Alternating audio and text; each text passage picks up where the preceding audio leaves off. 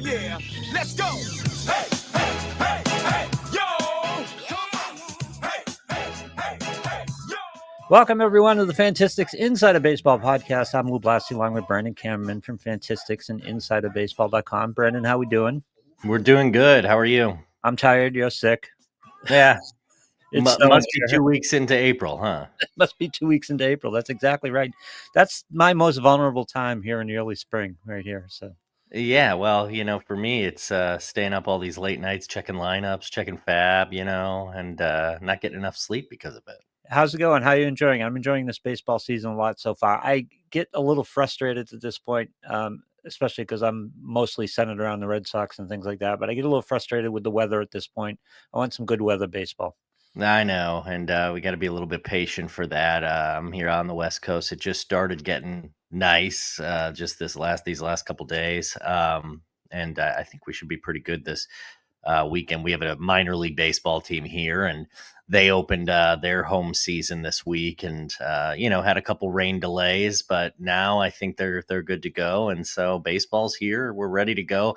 I will say, I've said this before, fantasy wise, I've always struggled with the early season, with setting lineups, making the right decisions, fab pickups, drops.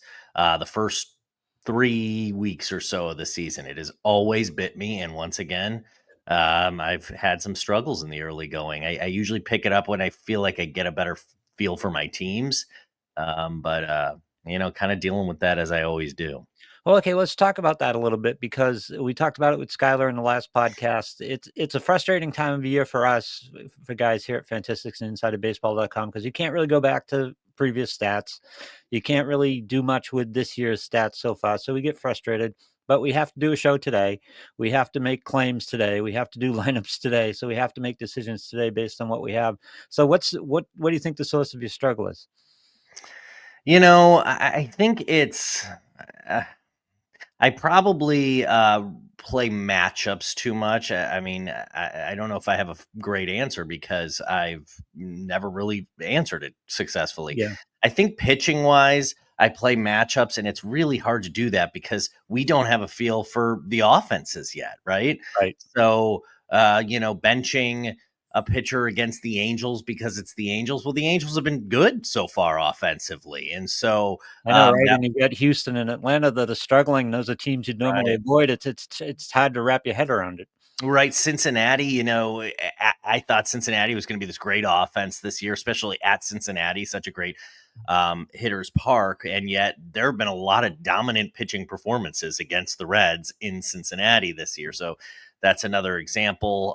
The Athletics, we didn't know exactly how the minor league ballpark was going to play. Well, it's played offense first. And so, that is something I kind of planned for, but another one of those instances of avoiding pitchers against the A's in Sacramento. And I think so that's been a big frustration for me, is a lot of instances where I have a pitcher on my bench that went 7 innings, gave up 1 run, and then I started a pitcher who went 4 innings, gave up 4 runs. And then hitters wise, yeah, I think it's because of what we do and because we like to really look at the numbers. And in this early going, it's really hard to read into the numbers, right? So, how much are we buying into? And we're going to talk today about some guys who are hitting the ball really hard. How much are we buying into that? Small sample size. A guy with a high average exit velocity could be because he hit a couple balls at 113 miles per hour. That's going to dramatically increase his average exit velocity. So it's trying to get a feel for it, and it usually takes me about 3 weeks, and then I feel like I got my team, and I tend to make good decisions the rest of the way. But I often start out in a bit of a hole in April.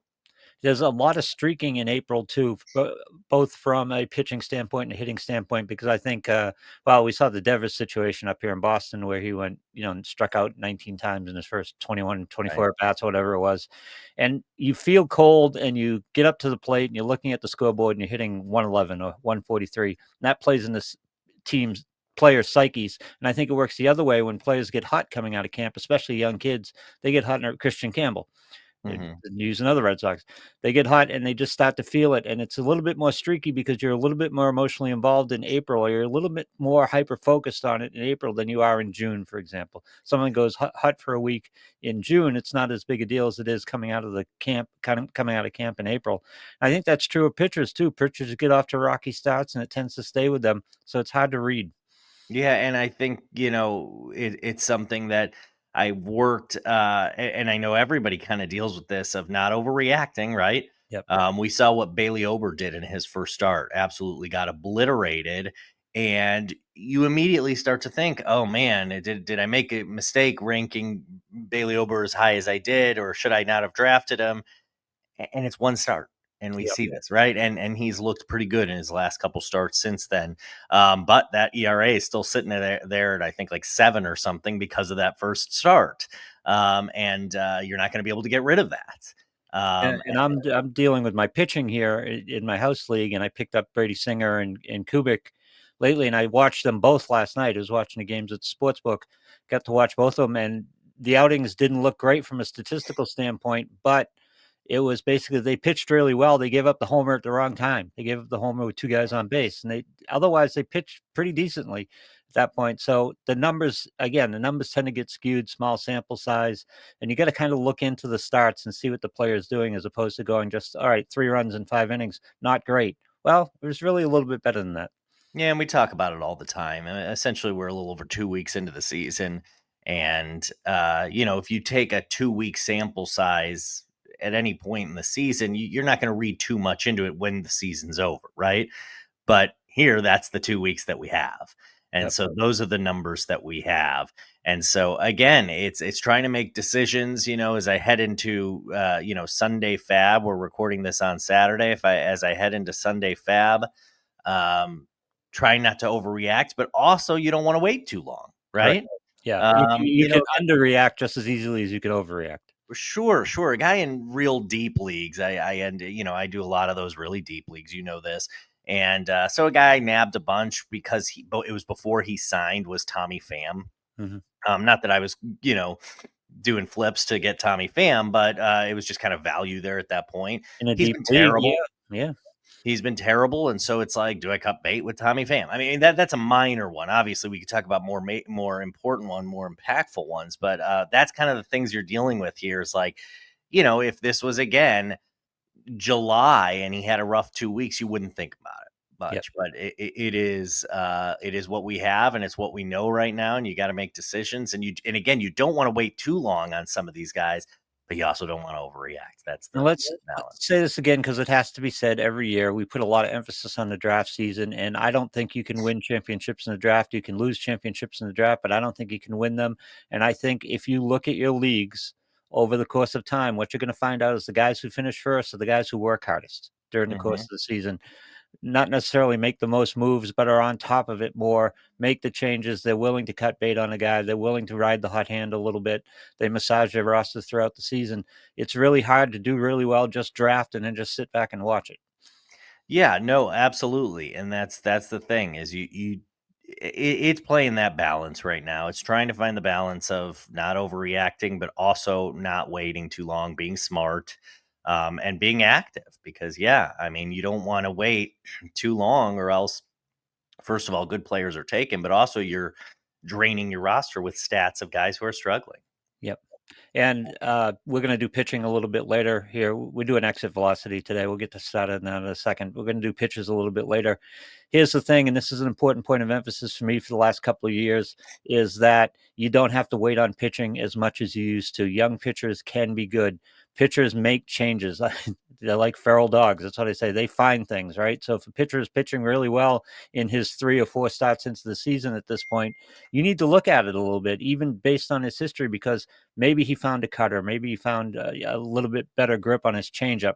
Maybe something improved because you can usually find what's supporting that difference in performance. And you got to look at pitchers because they're not always who they were. They can find things and they can change their whole approach and their whole quality of pitch arsenal, the whole orchestra of pitching, keeping hitters off balance. Pitchers find things, and it can be in a bullpen session. It can be in a third party training camp, during the off season. you never know. So you have to investigate everything when a pitcher has thrown 2 or 3 good games in a row. And I think it's why it's important to dump your preconceptions, Yes. right, of players. That's I think important for fantasy baseball in general, but certainly early in a season where you could have felt like a guy all draft season, you were out on a guy, you were fading a guy all draft season. Yep. It's a different game now. And I think a guy like Mitchell Parker is a guy who I didn't have any shares of Mitchell Parker, and not that I thought he was terrible, but I just wasn't buying in. He's looked really good so far.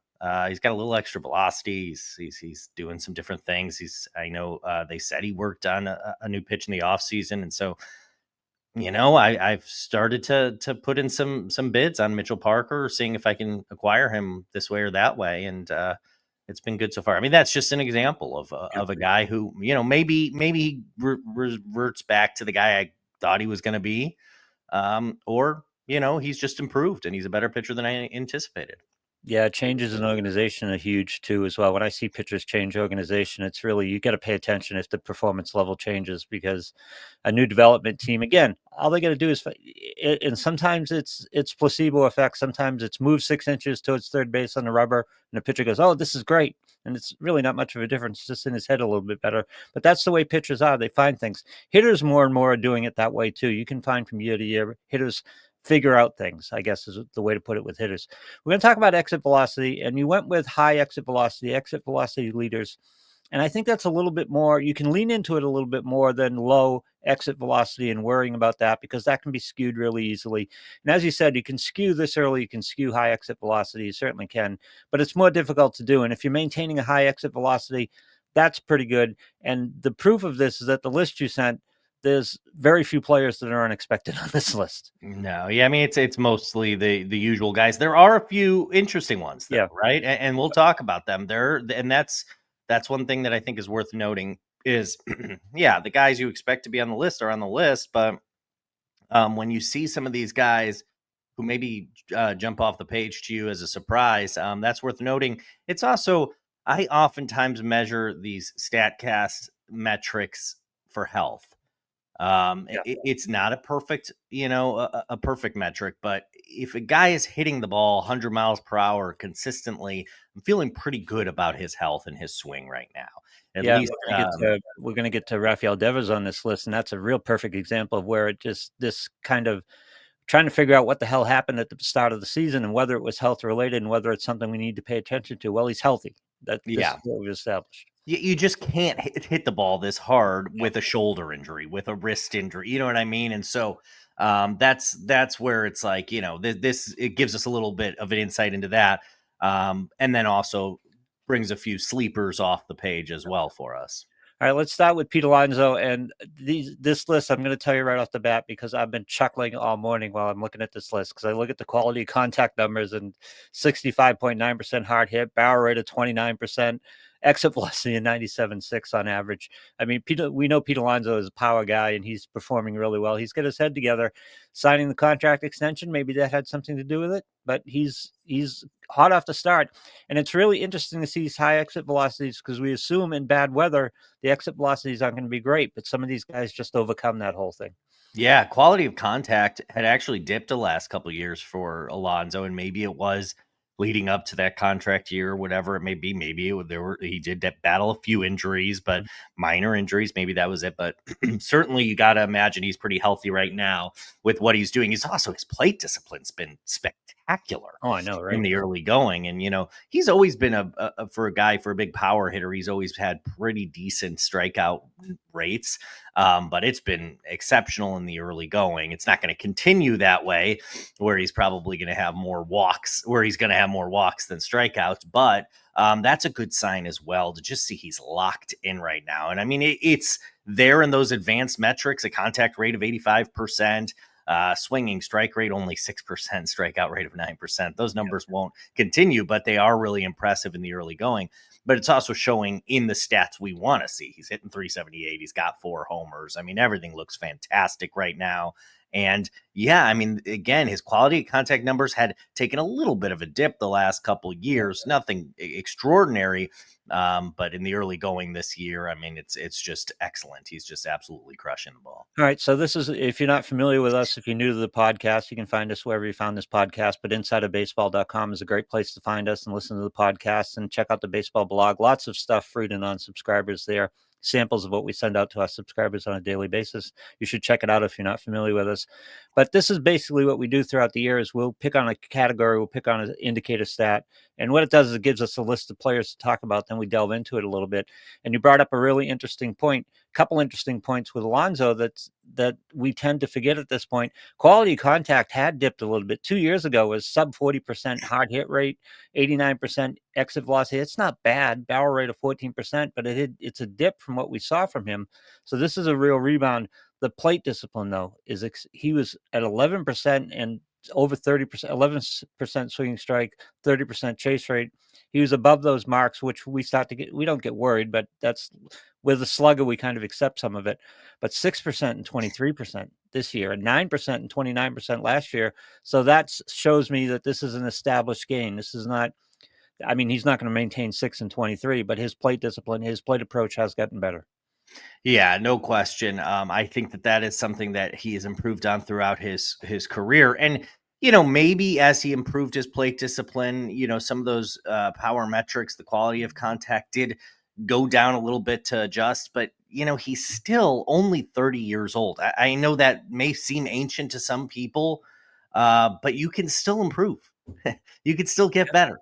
And whether it's health, whether it's just the mental game of, again, he's locked in now on a contract, staying in New York, whatever it may be, he is got it. He could be putting it all together, but again, it's still a small sample size. Yeah. And he's not going to end the season with a 30% barrel rate.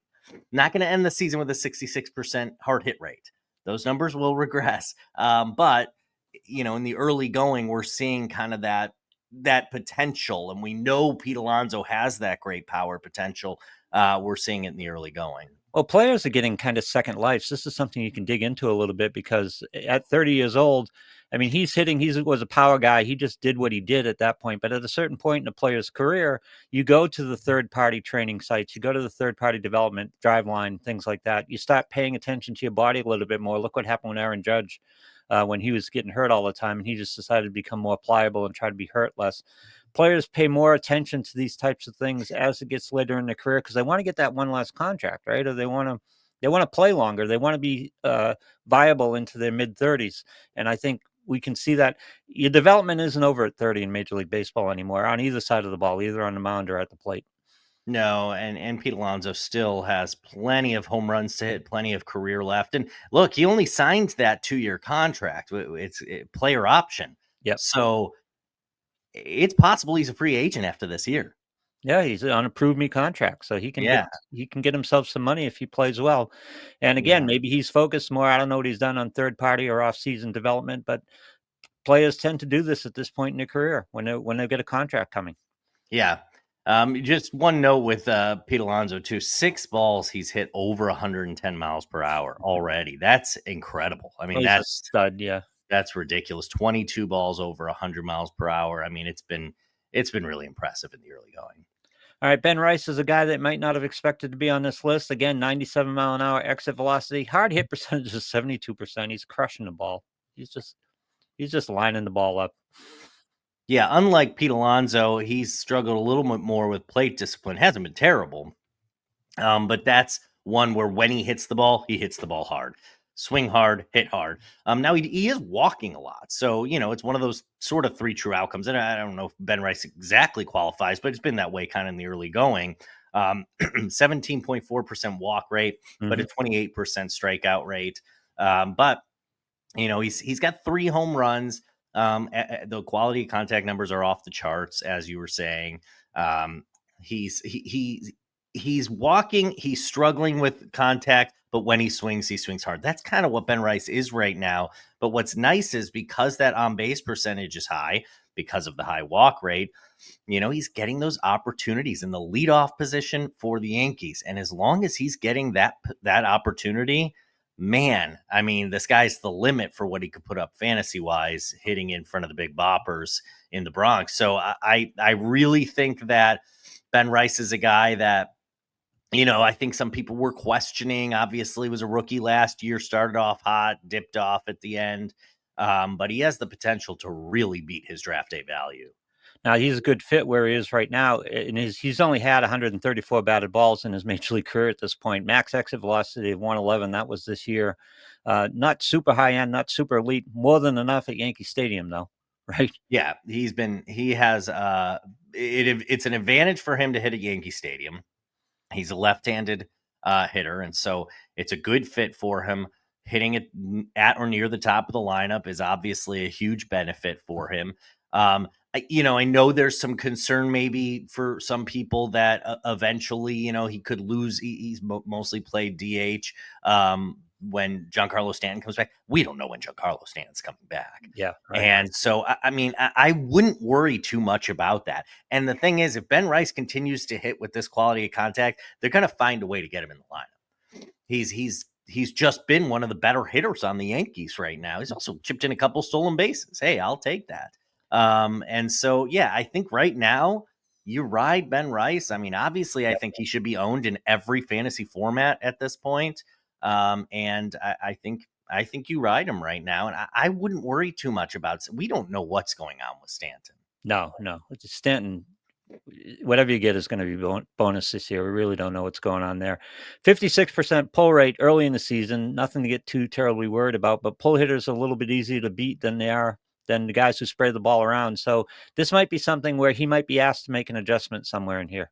Because if he's going to continue to pull at that rate, they're going to start to pitch him accordingly, and he's going to have to make an adjustment to it. But if he keeps continuing this quality of contact, hard hit percentage, I mean, it doesn't matter where you hit the ball. If you hit it hard, the good things are going to happen. Yeah, absolutely. And you're right. I mean, pitchers are going to make adjustments here. I mean, again, as you mentioned, he's only had 224 plate appearances so far at the major league level. The book is still being written on him, and the film is still being studied on him. So they're going to find things that he struggles with, and that's what they're going to hammer him with. I think what the advantage is if he's hitting near the top of the Yankees lineup, you can't dabble too much with him. Right.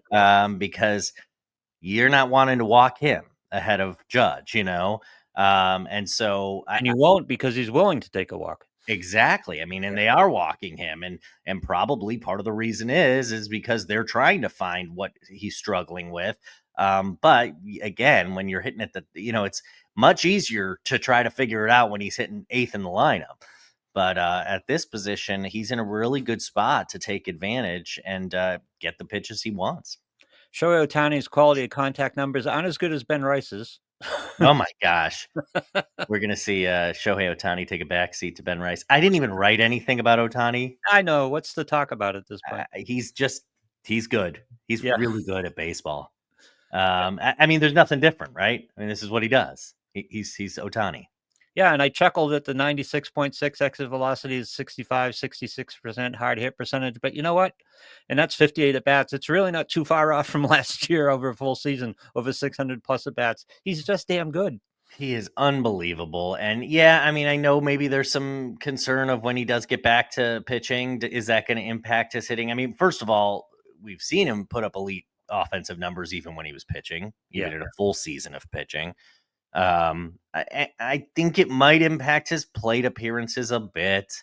But look, the Dodgers want him out there hitting.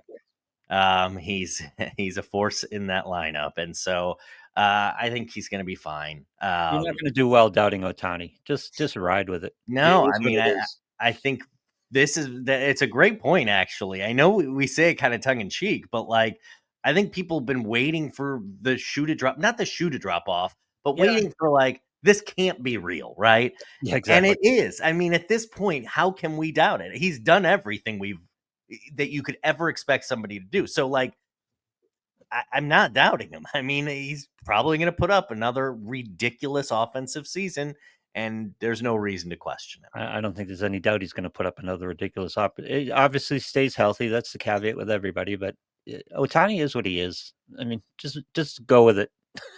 Enjoy it. enjoy it. No, it's really kind of fun to watch. He's one of those players that you tune in for the at bats, right? I mean, he's not just we know he's a generational player. He's not even generational player. I mean, he's an all-time player, but it transcends sports, right? I mean, Yeah, he's an athlete that transcends all sports. I mean, so just as a sports fan, I mean, he's in another category. I mean, the words aren't there to even describe it. I mean, I know, and we're it's like lucky to be witnessing it. it's not even interesting to talk about anymore about whether where Otani fits on the list of all-time greats. He might be the best ever, and it's kind of almost accepted at this point. It's like, yeah, I yeah, mean, we've never seen this before, right? We've never seen somebody excel at this level pitching and hitting. And yes, he's dealt with obviously injuries that have limited his pitching, but still, when he's pitched, he's been very good. And obviously, offensively, he's been off the charts. Obviously, we talk about Babe Ruth and everything, but if we're talking about that, we're saying 100 years ago is the last time we saw this. But even that, take away the pitching. Offensively, he's yep. doing things that we've never seen before. 50-50 season, right?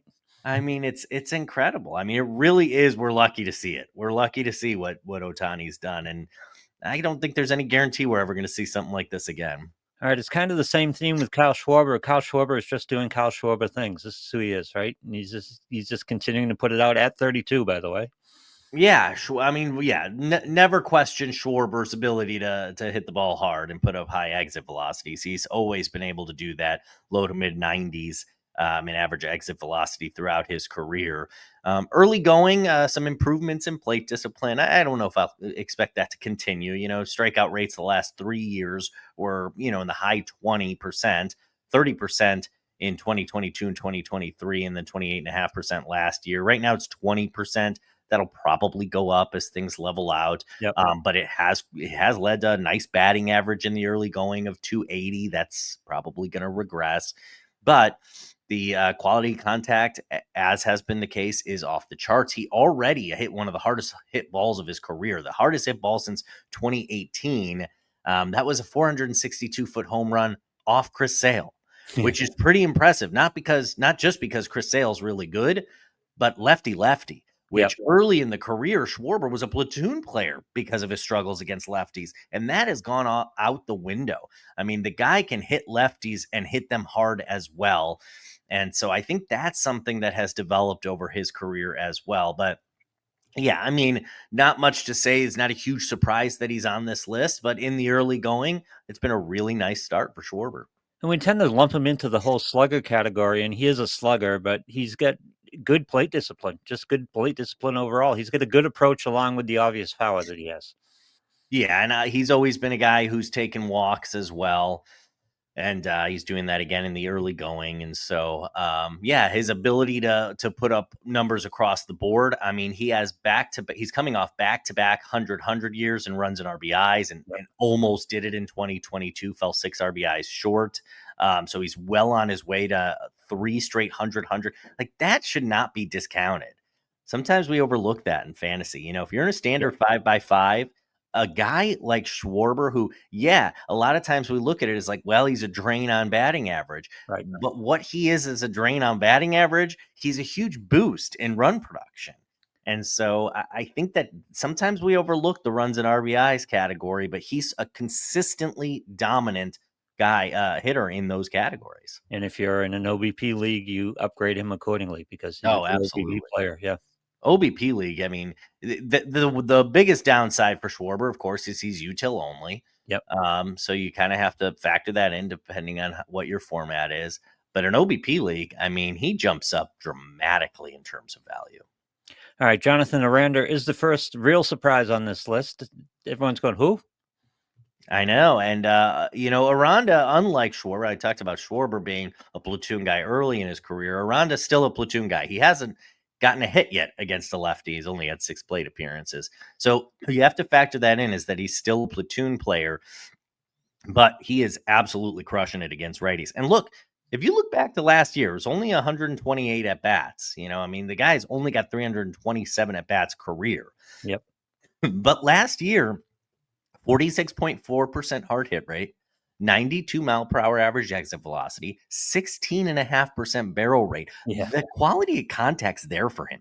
And it's been that way throughout his early career. Again, he's still really early in his career, 26 years old. He's really just been a part-time player for the first 3 seasons. This year, he's full-time platoon. So he's probably going to end up, strong side of a platoon with 350, 400, maybe 420 at bats or so. So you have to factor that in. You have But daily I think that transactions, that's fine. I think that quality of contact's real. I mean, not that it's going to continue at this rate. Obviously, there's going to be some regression there, but I think the ability to rank among the league leaders in average exit velocity, hard hit rate, I think it's real. I think he has that skill set. Next step in his career is seeing if he can hit lefties. Yeah, and last year you noted the quality of contact numbers. They were excellent. Only an 8.5% swinging strike rate and an 81% contact rate. So plate approach, he's got discipline. He chases less than 30 or right around 30%, just about average. So great plate approach along with that power. He's a quality hitter, and he's like the Tampa Willie Abreu, I guess is kind of the way to look at it. But he's an excellent hitter that might be overlooked because he doesn't get regular playing time every day. But if you're playing again, this is part of running your team every day throughout the season, especially if you have daily transactions, having these guys and making use of them. Yeah, no question about it. I think, and look, we talked about before the season and during draft season, first base was thin. It is thin. And so Aranda's a guy that, not that you would have drafted him as your first baseman, but as a corner infielder, backup first baseman, you could do a lot worse. Yep. Matt Mervis, not really surprised on this list. That's as a prospect, that's what we knew of him. He's got some good power and he's got some good pop, and he's showing it off so far. Yeah, no question about it. Mervis has been in the early part of his career a streaky hitter. Right now, he's on a hot streak. So I'm a little bit cautious about reading too much into it. The plate discipline's atrocious right now, as it's been a problem for him throughout his career. A 40% strikeout rate, that's unsustainable. 22% swinging strike rate. He's got to improve that. He doesn't walk. So those massive strikeout numbers, and still isn't walking. That's a problem. But he's showing that he is capable of hitting the ball hard. And that is not something we ever really questioned about Matt Mervis. Just 96 mile per hour average exit velocity, about almost a 60% hard hit rate and a 12% barrel rate. All that's great, but that 60% contact rate, that scares me. That batting average is going to regress big time. And then it comes back to the question we continue to have with Matt Mervis is, can he be an everyday player with a batting average that so far has been under 200 each of his first 2 major league seasons? He barely played. But even in the minor leagues, it's been a struggle. Can he be an everyday player with these sorts of plate discipline metrics? And that's the question we have, and it's going to bite him at some point. So I would say if you've got Matt Mervis, great. It's not going to continue. The hard hit rate, though, that should continue. He's just, that plate discipline's atrocious. For me, there are conflicting indicators on this. The one that's positive is that in the minors, even at AAA, he's shown some plate approachability. So he's got that skill set. He can do it. It's a matter of whether he can adjust to the major leagues and continue it there. But the Cubs gave up on him, right? The Cubs moved him on. And those are two conflicting indicators for me. And I tend to go with the guys. Cubs aren't a really bad development organization. So I kind of trust them to an extent. I always trust the guys who have eyes on a guy every day, right? Or have worked with them or tried to get installed some of these changes, maybe helped his plate approach. So those are kind of conflicting. That's the thing. It's the plate approach. It's his discipline. It's his swing and miss. You want to make sure that he can adapt at the major league level. Haven't seen it yet. Minor league suggests he could, but again, the Cubs moved on from him. So, yeah, I think that that's a great point, and not that we're hailing the Marlins as some premier organization for player scouting and stuff. The Cubs traded Mervis for Vidal Brujan. Yeah. And Vidal Brujan is probably a fine utility player. He's on the IL right now. But I don't think it was like they're trading to try to get their future there in Vidal Brujan. So that tells you all you need to know. And I think the biggest thing here is just his struggle with making contact. So if the Cubs felt he was salvageable from a plate approach standpoint, he looks like Kyle Schwarber redone, right? He looks like Kyle Schwarber type of guy, the guy we just talked about. And the Cubs again gave up on that, and as you pointed out, not for much. No, yeah, I mean Schwarber, they just basically let walk, and I think Cubs fans still can't understand that one. But yeah, and look, Mervis is still young, still has Red plenty Sox of fans time to can't. develop. Red Um, Sox fans can't figure out that one either, letting Schwarber walk. yeah, exactly. Yeah. So I mean, it's real early in the Matt Mervis evaluation. Again, as we said, he's still less than 150 career at bats. So he's got to figure it out, though. And we've seen no real indication that he's figured out how to make contact. And so that's the step. I mean, no one questions his ability to hit the ball hard. We're seeing it in the early going, and it's looked good. He's got 3 homers, hit 276. But I have no reason to believe that that's going to continue in terms of his ability to hit it a decent batting average and make contact. All right, Corbin Carroll is an enigma. He's been really bad. He's been really good. He's been exceptional so far this year. What is Corbin Carroll at this point? Yeah, I think what's important to remember is that Corbin Carroll was absolutely horrible for the first half of last season, and Yeah. then it did take he did take a switch, and he got better in the second half and towards the end of the year. And I think we're starting to see a little bit of that continuation from last year. He had 22 home runs all of last season. 17 of them came in the second half of the season, and only right. 236 at bats. So I think no one is, Corbin Carroll is a guy that was an elite prospect, one of the best in the game, number 1 ranked for a period there, largely for his ability to have stats across the board. But it wasn't that he was going to hit 40, 50 homers. But I don't know if that's out of the question. We know the stolen bases are real, right? Nobody questions the stolen bases because they've been there really throughout his career. But I really wonder if the home runs are more than just maybe the 25-ish that we saw 2 years ago, and we thought maybe that's the ceiling. I think he's got a little more in there, and we're seeing in the early going that quality of contact sort of take that next step. Now, is it coming at the with some plate discipline adjustments? Yes, again, still real small sample size. Yep. Swinging and missing a little bit more, strikeout rate up a little bit. Nothing concerning, but what's been elite the last couple of years is his plate discipline. We can handle a little bit of a a little more swing and miss if he puts this sort of power into it. And, in the early going, I think we're seeing that. We're seeing the benefits of that. So what's amazing, and I think everybody's bringing this up, is he not only doesn't have a stolen base, he hasn't attempted a stolen base yet this year. He's a guy who had 54 stolen bases 2 years ago, 35 last year. He has not attempted a stolen base this year. So that's kind of an interesting element, but that'll come. That's going to come. It's going to come, but to what extent is it going to come? You hit the nail on the head for Corbin Carroll with me, because I'm seeing a change.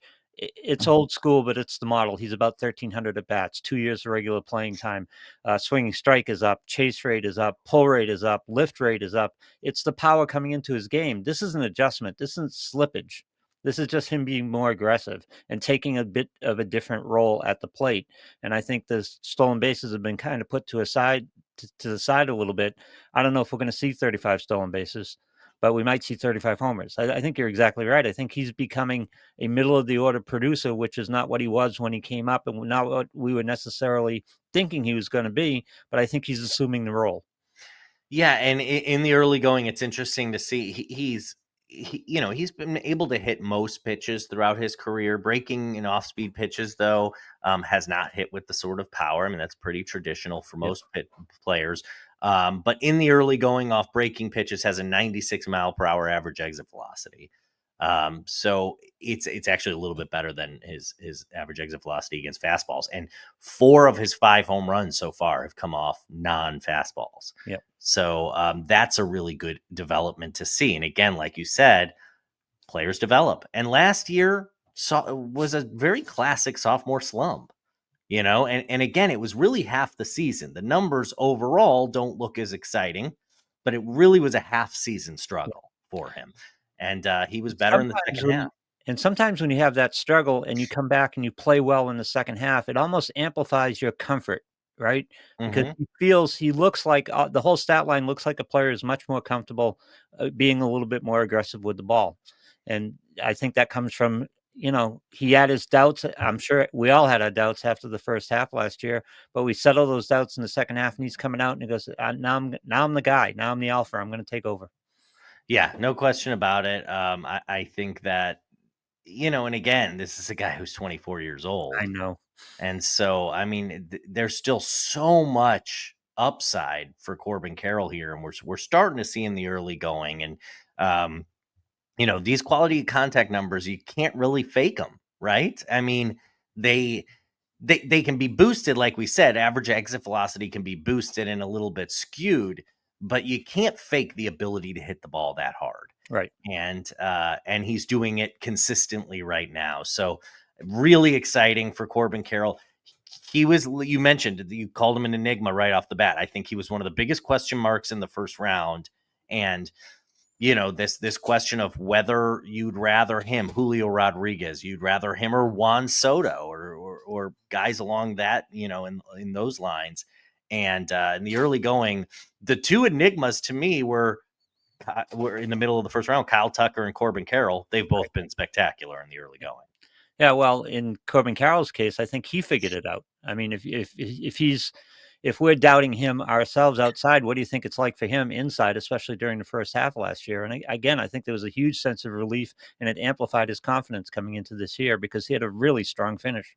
Yeah, no question about it. And like I said, 17 of his 22 homers last year in the second half of the season, and he's just picked up right where he left off. Okay, I haven't peeked at Aaron Judge because I always chuckle when I see quality contact numbers with Aaron Judge. But hey, Yeah, is that exit velocity down from last year? yeah, he's regressing age, right? Yeah. He's only got a 95.4 mile per hour average exit velocity. Yeah, you got to be super disappointed in a 347 batting average with 6 homers and 2 stolen bases, right? Yep. No, I mean, like Shohei, I didn't even write anything down. I mean, Aaron Judge is being Aaron Judge, absolutely crushing the ball. His fly ball rate's the highest it's ever been, so that's leading to a lot of home runs. But yeah, I mean, it's Aaron Judge. I don't even know. What do you say? The guy can hit the ball hard. Is he going to hit 60 again this year? No. A Well, lot has to go right. A lot has to go right. He's hell, capable. He's certainly capable, but a lot has to go right. He hit the 62, 570 at bats. Can you bet on he hit 58 last year and 559? I don't know. Can you bet on 550 at bats on him? That's the big question. Which is not a knock, but he's 33. He's a big guy, and I'm always stunned by the athleticism of him for his size. He's an incredible athlete for his size. If he can stay healthy and post 550, he's going to scare it a little bit, but that's a lot to ask. yeah. I think if he hits 550 at bats, he's hitting 60 homers. Be fun, huh? Fun to watch. It is. Yeah, he's great. All right, you mentioned the Kyle Schwarber, who sometimes gets discounted because he's a DH. I have Marcell Ozuna every year because everybody discounts Marcell Ozuna because, first of all, he's a utility guy only or a DH guy only. But they perceive him, he's an older guy. He's not the youngest guy in the world. They perceive him as an old guy. Nobody pays attention to Marcell Ozuna. The guy can hit. He absolutely can. And unlike Schwarber, he hits for batting average too.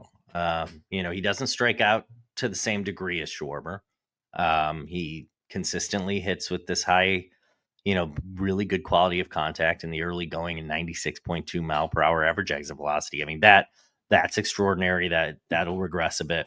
Yeah. But his barrel rate's actually down right now, 7.4%. And part of the reason why he's only hit 3 home runs, but the batting average is great, 317, coming off a season where he hit 302 with 39 homers. His ability to hit the ball hard, but also, make decent contact and really drive the ball. He's not like a pure fly ball guy. I mean, does hit more fly balls, but he's a line drive guy. One of those guys we talk about a lot that, he's more of just like drive the ball, but he hits the ball hard enough that a lot of those drives are going to go out of the park. He's not necessarily like Schwarber's a little more like pull fly ball and it's going to get out. Ozuna can hit it all over the field. Early going this year, he's got 30% opposite field hit rate. Yep. And so, he's just a really quality hitter that there's going to be home runs just because he hits the ball hard enough. And so the home runs are only 3 right now. They'll pick up, they'll get there. And but it's really nice with the batting average being really high. That's the difference with Schwarber. And I think, he'll only benefit when the Braves get a little healthier and a little better. That was 2 of my things. On the plus side, it's a contract year for him, which I think is going to help. And on the negative side, I wonder if that quality of the lineup right now is going to drag on him a little bit, because you don't have to deal with Ozuna like you used to. Right now, you don't have to deal with Ozuna like you used to when the lineup around him was good and he had support. Yeah, it's been a struggle for the Braves so far this year. They'll get Acuna back eventually. That will help. I think some guys are going to pick it up around him. In the early going, we've seen kind of struggles from Matt Olson and some of the other big hitters around him. Austin Riley's been a little slow to start. I think those guys will pick it up. Sean Murphy's back now. He's looked good so far. Ozzy Albies just hit a home run. And once Acuna gets back, I think things will be better. Now, having to wait on that's frustrating, but it's not like you're really taking much of a hit. Just a few less RBIs than you'd traditionally like. He's still going to put up really big numbers. He's already putting up really good numbers. So like you said, I'm the same way. I used to be really anti-util only guys because they clog that lineup a little bit, make it a little less flexible. But the value you can get now on some of these guys, and particularly Ozuna, it's worth it. They're walking him 28% of the time right now. Not that that's sustainable, and it's going to, but it shows you exactly what the effect of the lineup has been on him, is that they're not pitching to him. Yeah, no question about it. And yeah, he's been a guy that, unlike Schwarber, hasn't walked as nearly as much. But last year did have a double-digit walk rate, and in the early going, as you mentioned, it's really high this year. A lot of it the product of the guys around him. That'll come down. And again, once Acuna comes back, I do think that changes things a lot in that Braves lineup. I can't remember a more dramatic turnaround than what I've seen in Rafael Devers so far this year, because his first 20 some odd at bats were just brutally awful. And by the way, he still doesn't look all that great right now, but he's hitting the ball. So, he doesn't look great now. His approach is a little bit awkward. He's got a lot of physical mannerisms. He swings now, but sometimes he looks like it's a video game, and he swung through the ball and he just locks. He just stops on the follow through. It's kind of an odd hitter, but the results have been great of late. And that's a relief for everybody who spent a lot of draft capital and a lot of auction value money on Rafael Devers here in the offseason. Yeah, and what's funny is, in that horrible start he got off to, it didn't so much impact his quality of contact. He just wasn't making contact. Yeah, exactly. He was just striking out every time up. That's quieted down a bit recently, and the quality of contact numbers have been really good. And it looked horrible. It wasn't as good as it looked. Yeah. It was just, he was just brutal and just could not. I could beat him with a fastball, it seemed like, at that point. Yeah, and it lasted a week, and it's been a little bit better. He still only has 1 homer. That'll pick up. Yeah. But he still only has 1 homer, but he has a nearly 20% barrel rate. So again, that's going to change. The home runs, I'm saying, with that sort of barrel rate, 94.6 mile per hour average exit velocity, 64% hard hit rate. All those numbers are fantastic. They're all, peaks for him. So as the strikeouts have quieted down a little bit, the batting average has come up, which is nice. He's walking a ton. Yep. Everything's going to balance out for him. It was just a really, really rough start. We just got to see those home runs pick up, and they will. Everyone can breathe a sigh of relief, right? Yeah, I think Devers is going to be fine. He's still going to put up the numbers that you want to see from him. And again, those home runs are going to pick up. 28 last year, 33 the year before. That's really a plate appearances issues. Just, is he going to end up with 560, 570 at bats? Is he going to end up with 520? That's going to determine ultimately how many homers, but the home runs will pick up. he had the tough time in Texas, which was, good weather down there. When they came up to Fenway, they had the opening day was great, and the rest of the homestand was just brutal from a weather standpoint. A lot of ski masks out on the field at that point. Same right now with Chicago a little bit. So he's going to be. I'm guessing he's a warmer weather guy too. I haven't looked up the splits, but I would be willing to bet he's a warmer weather guy too. So, but the big thing is, as we noted earlier, he's healthy. Right, we don't have to worry about the shoulders. Whatever was going on early was just either early season noise or it was in his head or the DH problem, whatever it was. And all of that seems to be solved as well. He's back to being the hitter we know he can be. That's exactly right. And I think that's a good point. He's the perfect example of using these quality of contact numbers to determine the concerns that we had in the preseason. Obviously there was the drama about the position in Bregman and, whether he was going to DH and all that. Okay. That seems to be behind us. He's DH'd every game this season, but more importantly, that shoulder was the one that I think was most concerning, because I think everybody figured at some point they're going to figure out where he's playing and what he's doing. Like that's going to have to figure itself out. He'll get his head straight. That won't be the problem. It was a matter of, and he was so far behind the fastball, and that was the same at the end of last year when he was suffering from the shoulder issues, where he was so far behind the fastball. You could just beat him. You could just pound him and beat him. And so there was that lingering doubt about what the shoulder was like. But I think what we're seeing recently with this streak and what we see with the quality contact numbers so far, shoulder's fine. Yeah, shoulder's fine. You just cannot hit the ball consistently 95 miles per hour with a sore shoulder. Yeah, and this is one of these situations where players are creatures of habits, especially with pitchers, but also with hitters too. He didn't have a full spring training. He didn't have the full routine, so it's going to take him a little while to ramp up. So I guess we had to just give him some time.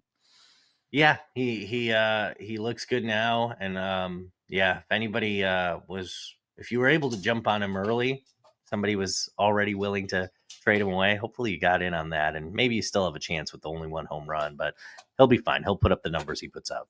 Yeah, you'll find somebody who's ready to move on from him at this point. Let's switch to the pitching side. And again, we're using early exit velocity leaders, guys who have been good with their quality of contact.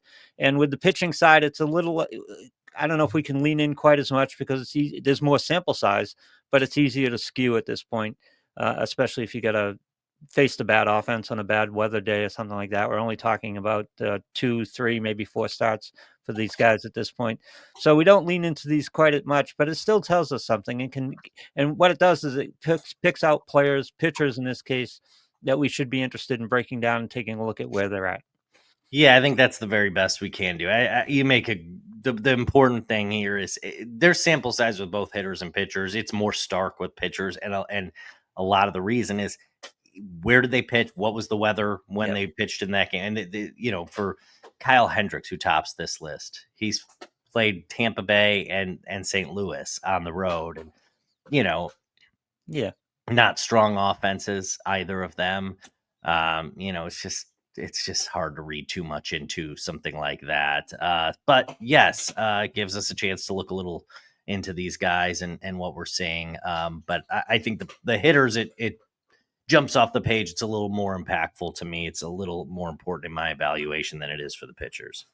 And I'm not only surprised Cal Hendricks is still alive, but he's only 35. I would have guessed higher at this point. But he's got a little bit more, and it's early going, but he's got a little bit more swing and miss in his game, a little bit, controlling the quality of contact, which he always does, limiting the walks. That's what we're looking for.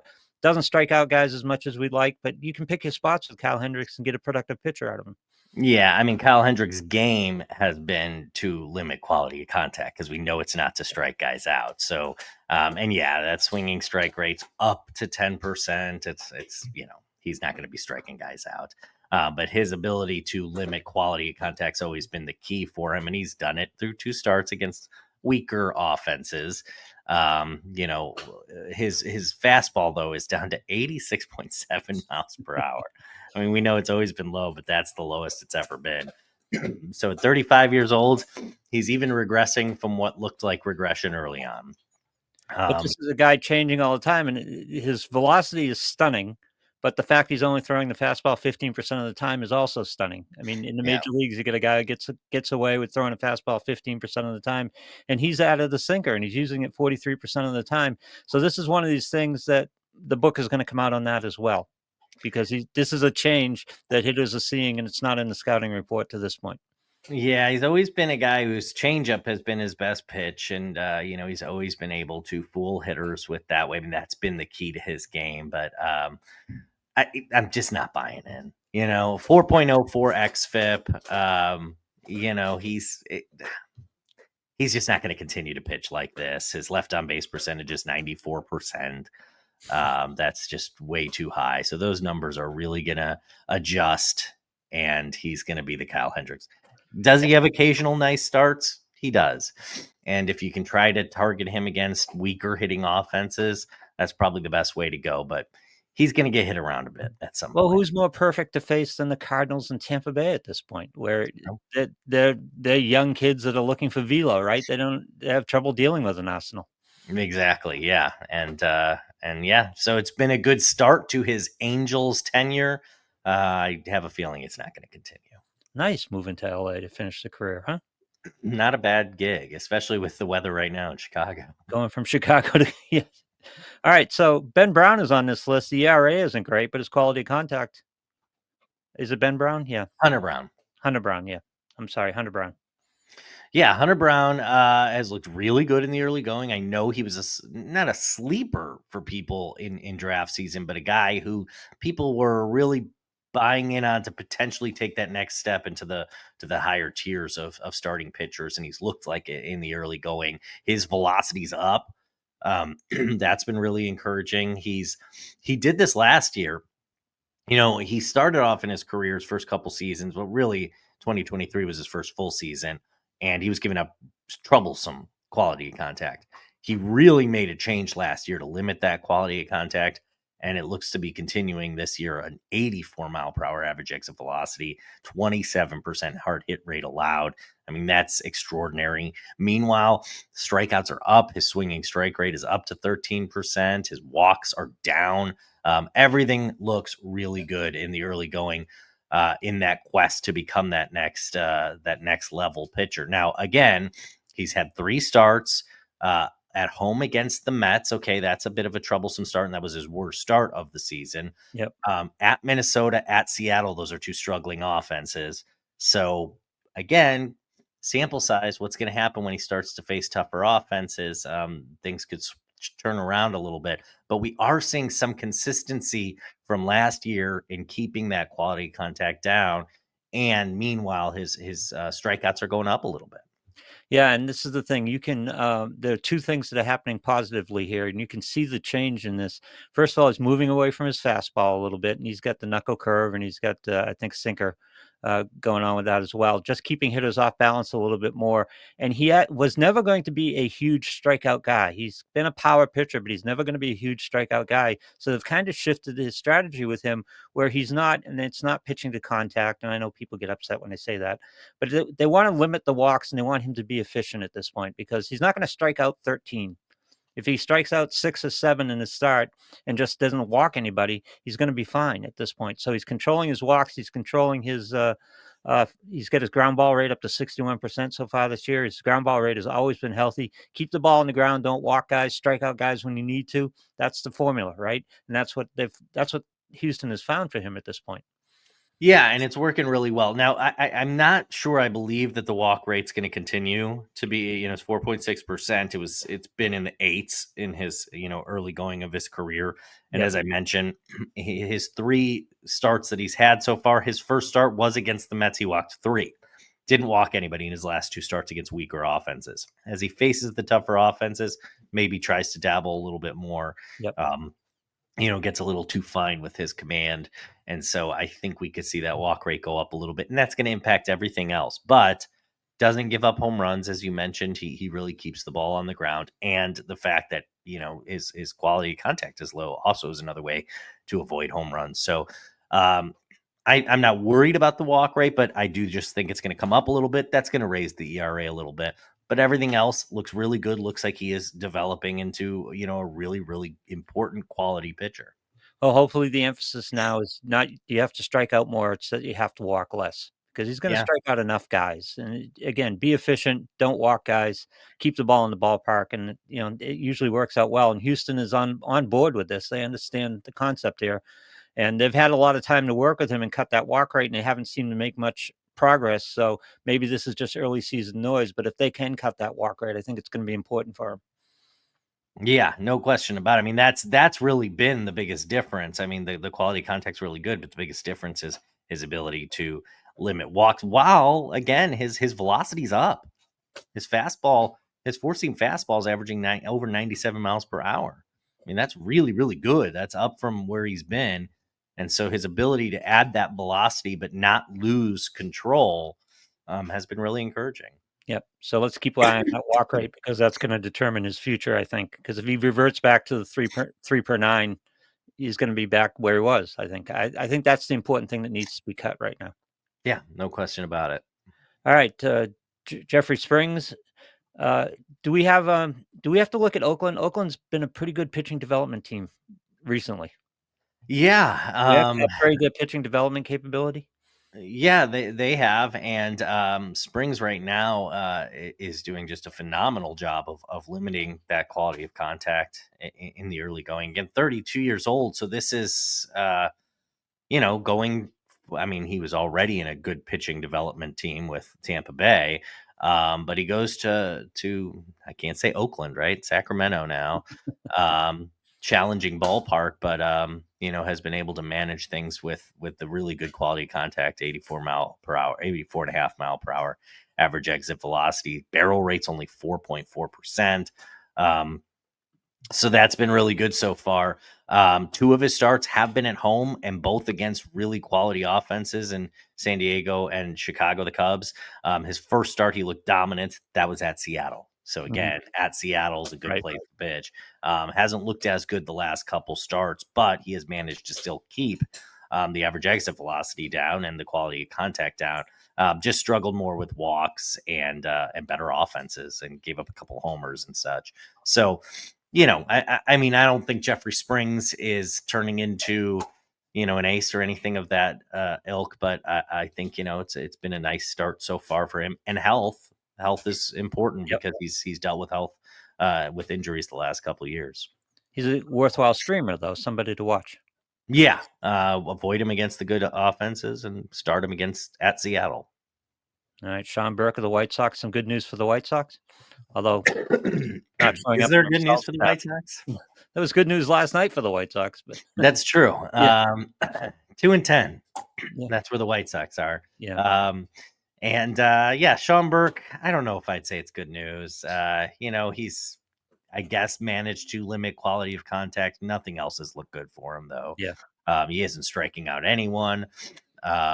Walks have been a problem throughout his career. He hasn't walked a ton so far, but, that's still something that I worry about, and he did walk 4 in his most recent start at Cleveland. But in his first 2 starts, didn't walk anybody. His first start really is what we're looking at here. That was against the Angels on opening day, and he managed to have a really good start. 6 innings pitched, struck out 3, didn't allow a run. But since then, he hasn't been very good. All right, I'm curious about Kris Bubic because I've delved into him a little bit, and I bought in. He was one of my early claims because I liked the potential and I liked what he was showing early on, and it's been a good start for him to this point. And again, I watched him last night, and he gave up the runs. He gave up 3 runs, 2 of which were earned, but he gave up the home run after the infield let him down a little bit. There were some defensive struggles. Thought he pitched well. I thought he pitched better than the results last night. Yeah, no, I've been really impressed with him in the early going. He, like you said, that was his worst start. His first 2 starts were fantastic. All 3 starts have been somewhat challenges. First start was at Milwaukee when Milwaukee really started off really ugly, but that was 6 scoreless innings with 8 Ks. Then he pitched against Baltimore at home, 6 2/3, gave up 1 unearned run, 8 Ks. I mean, the Ks are really encouraging to see. He only had 5 against the Guardians, but still, he already has 21 strikeouts and 18 2/3, only allowed 2 earned runs, 5 walks in that span. He's looked really good in the early going. And this is coming off a year where he's dealt with injuries the last couple of years. He spent all of last year in the bullpen, getting the chance to move into the rotation. And I think it's really encouraging what we're seeing in the early going. Now there's going to be an innings limit here. for Bubic because, again, he threw 30 innings essentially all in the bullpen last year. And, so he's not going to come out and throw 150, maybe 160 innings would be that'd be way too much. I think we're probably looking at more like 120 to 130. But again, it's just been really encouraging to see his he's got a fastball changeup, but he also has developed this sweeper over the last couple of years, and that's been really good. Still mixes in a slider. He's got a good arsenal for what he's doing now, and it's been really encouraging to see. You would have thought that there would be some change in that arsenal as he came to the starting role here, but it's been almost exactly the same as it was last year. It was 44% fastball, 45.8 this year. Slider was 35.3 last year. It's 32.3 this year. 16.5 on the change, 18.5 on the change this year.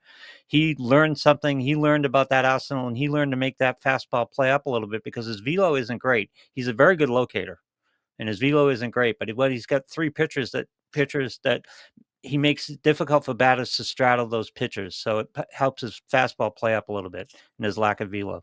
Yeah, and in the bullpen, he managed to get swings and misses, 15% swinging strike rate last year.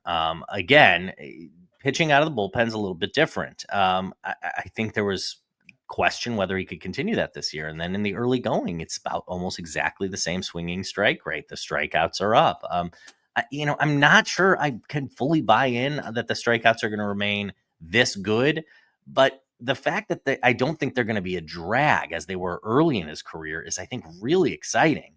Bubic is still only 27. I feel like we felt like he's kind of been around for a while, came up relatively young, but this development looks sustainable. He's a ground ball pitcher, so he limits home runs. The ability to limit quality of contact, as we've discussed, he did it last year out of the bullpen. He's doing it in the early going as a starter this year, is really encouraging. So again, I don't think he's taken this step of being the strikeout pitcher. That velocity is just not good enough, I don't think, and I don't think his arsenal's set up that way. But I think he really can keep the ball on the ground.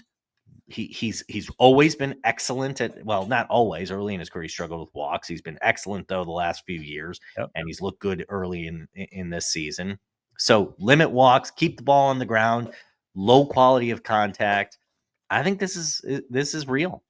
It's less about high strikeouts. I mean, you need that guy on your roster from a fantasy standpoint. You want a guy who can provide strikeouts. But to be effective, it's less about volume of strikeouts than it is, can you strike out a guy when you need to? And even though his strikeout rate should be around 9, maybe even a little bit less than 9, which is not super, he's got a 14% swinging strike rate that he sustained for, short 16 innings in 2023, 30 innings in relief last year, and 27 appearances. But if he's got a swinging strike rate in the teens, that means he can strike out the guy when he needs to. That's the important thing. You want a representative amount of strikeouts, but from a starting pitcher, you want him to be able to get the punch out when he gets in a tough situation. Yeah, and when you have the vast arsenal that he has, and really, we talk a lot about change in velocity. His four seamer to change up is only about a 7 mile per hour difference, but his sweeper, that pitch that he developed last year, is almost 10 mile per hour delta from his four seam fastball. That makes a big difference, and that really allows you to get swings and misses. So I think that there is legitimacy to what we're saying out of him in the early going. Again, be a little cautious here. The innings are going to be limited. And I don't think he's developed into an ace, but I think there's some legitimacy into what we're saying in the early going, and that you got a guy that you can roll out there pretty confidently most games. I also think that the sweeper being part of this, like the curveball has kind of come back in the last few years. I think what the curveball and sweeper allows you to do is move the batter's eye angle. Because if the out pitch, if your really important pitch is a sinker or a changeup, they're focusing low. But you can get your fastball and play your fastball up if you can tunnel it with a sweeper or a curveball, because that starts up in the zone. So it just, again, it gives the hitter more things to think about, helps them not zone in on anything, whether it be a zone or whether it be a velocity. And it's worth noting the sweeper isn't really used as an out pitch. The sweeper is actually used to set up a fastball, his forcing fastball or the changeup to be the out pitch. So it really is to, like you said, move the eyes and then hit them with the fastball. And then that 92 mile per hour fastball looks like it's coming 98. Give him something more to Because, think about. That's all you yeah, got to do. Keep him off balance. Allow him not to straddle and not to sit on one of your pitches. exactly. So he's really got things going right now, and I hope he stays healthy. He's dealt with some injuries in his career as well, so I hope he stays healthy. And I think, yeah, I'm buying in. All right, introduce us all to Landon Root. Yeah, a guy who was an afterthought going into draft season, and then earned that fifth role with the Giants. And first of all, gets the advantage of pitching in San Francisco, which is a great pitcher's ballpark. But also, there's some upside here with him. He's got strikeout upside. He's been a strikeout pitcher in his career. He's a guy who has limited quality of contact throughout his minor league career, and he's doing it in the early going here as well. An 85 mile per hour average exit velocity, so that's really encouraging. He's had some walk issues throughout his career, and that's something we gotta monitor. But again, young pitcher, still developing, so I think that there's a possibility to improve on that. But what I like about him is he doesn't really throw a four-seam fastball. It's really just a sinking fastball. So it's really intended to, again, keep the ball on the ground. And in the early going right now, it's a little bit of a small sample size, but throughout his career, he's been a ground ball pitcher, has a curveball, and then has, kind of a change cutter sort of a thing. So he's got 4 pitches. He really relies heavily on that kind of hard sinker, and keeping the ball on the ground. When hitters hit him hard, they're hitting him on the ground, which Right. is typically when you want guys to hit a guy hard, right? So in the early going, he hasn't given up a home run yet, which is really good. I think he's really going to limit home runs throughout his career. That's the big thing. And then he gets the boost of pitching in San Francisco, which is also going to be a way to limit home runs. But I think, yeah, he's got some strikeout potential. He's done it throughout his minor league career, consistently high strikeout numbers. He pitched primarily out of the bullpen in his rookie season last year, and was very good. But again, it was out of the bullpen. It was a rookie year. He was not typically in high leverage situations. Converted him to a starter, and it's been encouraging so far. Yeah, and you talked about the advantage of pitching in San Francisco. There's also an advantage pitching for San Francisco. They're a very good pitching development team. So when something emerges like this, or they change him to a starter, I go, okay, I'm going to pay attention, put him on the watch list now, because San Francisco generally does a really good job with their pitching. Yeah, and they're deep. He had to battle Hayden Birdsong, who I think a lot of people thought was going to win that job. And Rope won it, and has, I think, held on to it. Now Birdsong's looked great out of the bullpen, and at some point he's going to end up in that rotation too, and he's a guy I like as well. But yeah, I think Rope, the ability to limit the home runs is really, really good. I mean, he's going to strike guys out. He's going to limit home runs. He just has to avoid getting himself in trouble with walks. I mean, that's the big thing with him.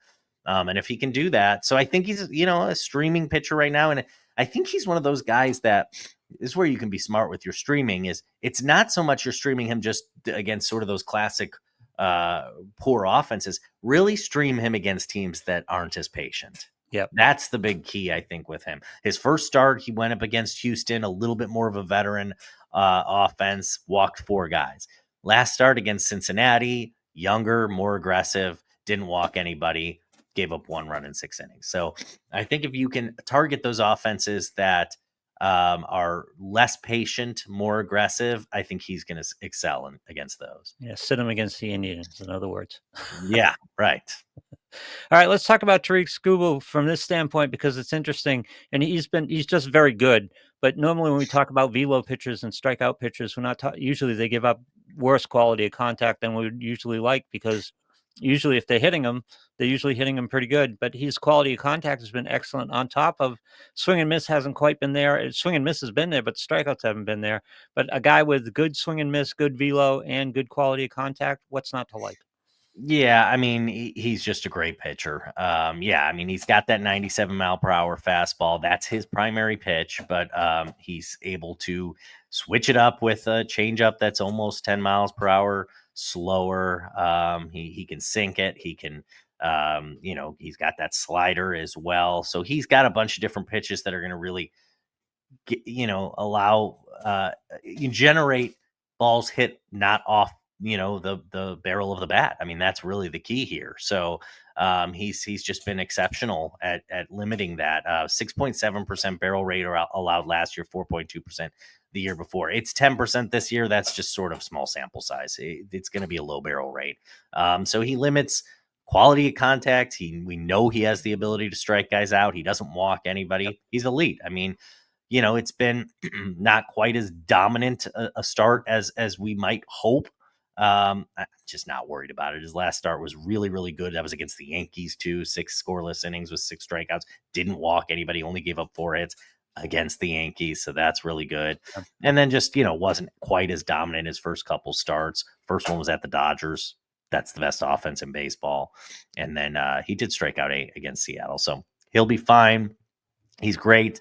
He's going to be that first round pitcher that you drafted him to be. Not worried about that. As long as he's healthy, he's going to be great. All right, speaking of pitchers who haven't been as dominant as we hoped in the start of the season, let's finish with Jacob DeGrom. And you have to talk me off the ledge, and I'll welcome you to talk me either way off the ledge, either back in the window or off the ledge completely with Jacob. Oh, yeah. I was going to say, can I jump off the ledge with you? Because I've spent a lot on Jacob DeGrom in terms of keeper and just planning accordingly, and actually had the thought last night after last night's start, is it time to cut Jacob DeGrom? You can't cut him. But yes, willing to be concerned on it. Yeah, absolutely. I think he's going to be okay. We really wanted him to be back to that. Well, I mean, the thing we've been talking about with DeGrom, right, for years now is when he's healthy, he's elite. Right. That's never been a question, right? I mean, throughout all these years here, when he's been healthy, when he's been out there, he's been elite. The problem has been he hasn't been out there. Well, now he's out there, but he is not the elite pitcher we've been hoping for. First of all, the walks. I had his game log up. He walked 4 in his last start. Is that correct? Yeah, 4 in his last start. Walked 2 in his first start against Boston. The strikeouts haven't been there. The walks have been, at least this most recent start, have been high. That's unusual. I mean, one thing that DeGrom has always been unbelievable at is limiting walks. I mean, he's also always been obviously elite at striking guys out. So early going, that hasn't been the case. But I guess we could take some solace in the fact that, yes, he has been limiting quality of contact. 85.8 mile per hour average exit velocity.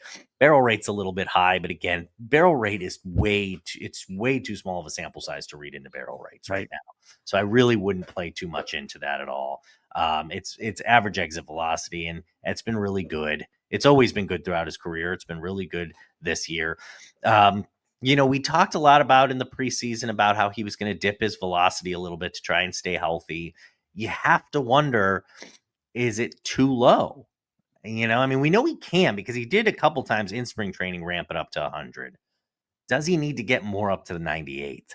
Yeah. To be Maybe he's got to find that balance. Pitcher. Maybe he's finding his footing with that strategy. And it's tough. I mean, how do you do that at 36 years old, right? Trying to figure out what type of pitcher you need to be to both be elite and be healthy, because he's never been able to do that in his career, do one or the other. When he's been elite, he's struggled with health. So I don't know, but I have concerns because I don't like pitchers having to figure out what type of pitcher they want to be during the season. Right. I want them to do that in the off season. And it looks like he's a little bit off right now. I mean, there's still a lot to like. Look, the swinging strike rate's still really, really good. The chase rate's still really, really good. He still has the skills to really fool hitters. It's just not all there right now. But it is such a small sample size. I mean, it's 3 starts. We could be laughing this off in a month. So he's got a 4.30 ERA with a 90.3% left on base percentage, which is just scary as all hell. And here's the thing: he's got the recipe. We talk about the 3 pillars of pitching. He's been suffering the recipe for bad pitching. He's walking guys and giving up homers. Right? He can punch out guys. Strikeouts haven't been there from a total standpoint, but he's got the swing and miss, so he can punch out a guy when he needs to. He's controlling quality of contact. He has had the 20% home and fly ball rate, so he's been a little bit unlucky there, but not super unlucky. It's just you can't walk guys and give up homers. That's not the way it works. No, yeah. And so, I mean, again, you cannot cut Jacob DeGrom.